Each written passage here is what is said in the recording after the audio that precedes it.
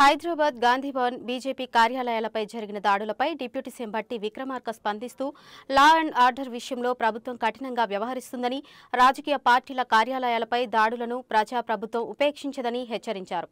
హైందవ సంస్కృతి, భారతీయ సంస్కృతి గురించి గొప్పలు మాట్లాడే బీజేపీ నాయకులు ఢిల్లీ ఎన్నికల్లో పోటీ చేస్తున్న రమేష్ బిధూరి, ప్రియాంక గాంధీ పైన అనుచిత వ్యాఖ్యలు చేస్తూ మాట్లాడిన మాటలను భారతదేశంలో స్త్రీలపైన గౌరవం ఉన్న ప్రతి ఒక్కరూ ఖండించాలన్నారు. రాష్ట్రంలో లా అండ్ ఆర్డర్ను పటిష్టంగా అమలు చేస్తామని, దాడులు చేసిన వారిపై కఠిన చర్యలు తీసుకుంటామని తెలిపారు.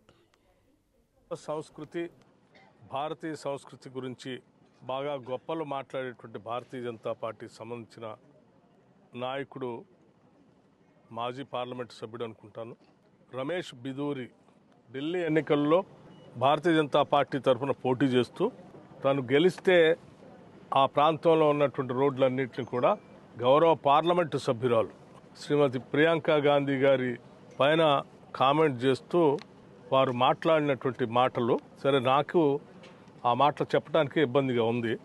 దాన్ని భారతీయ సంస్కృతి పైన, సాంప్రదాయాలపైన, భారతదేశంలో స్త్రీ పైన గౌరవం ఉన్నటువంటి ప్రతి ఒక్కళ్ళు కూడా ఖండించాల్సినటువంటి అవసరం ఉందని చాలా స్పష్టంగా చెప్తా ఉన్నాను. భారతీయ జనతా పార్టీ కూడా వారి యావత్ నాయకత్వం, దేశంలో ఉన్న నాయకత్వం అంతా కూడా ఈ దేశానికి క్షమాపణలు చెప్పి ఇటువంటి దిగజారుడు పరిస్థితుల్ని, దేశ సంస్కృతిని దిగజార్చే విధానంలో భారతీయ జనతా పార్టీ పోలుతున్నందుకు సిగ్గుపడాలి. ఇది దేశవ్యాప్తంగా ఉన్నటువంటి ప్రజలు భారతీయ జనతా పార్టీకి సంబంధించినటువంటి వాళ్ళు కాకుండా మిగతా వాళ్ళంతా ముక్త కంఠంతో ఖండించారు.